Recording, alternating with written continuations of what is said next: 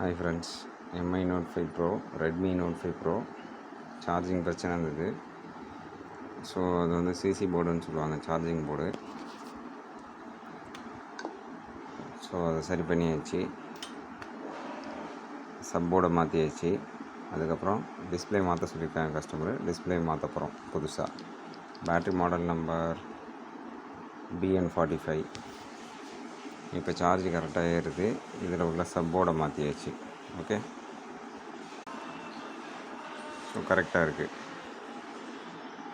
Display மாற்றணும்னு சொன்னேன், display கழட்டிட்டேன். So blower வச்சு ஹீட் பண்ணி எடுக்கும்போது லைன்லாம் விழும்.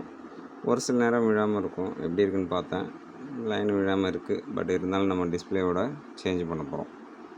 ஓகே, பழைய டிஸ்பிளே கரெக்டாக இருக்குது. புது டிஸ்பிளே போட்டிருக்கேன், செக் பண்ணணும். கரெக்டாக இருக்குது டிஸ்பிளே.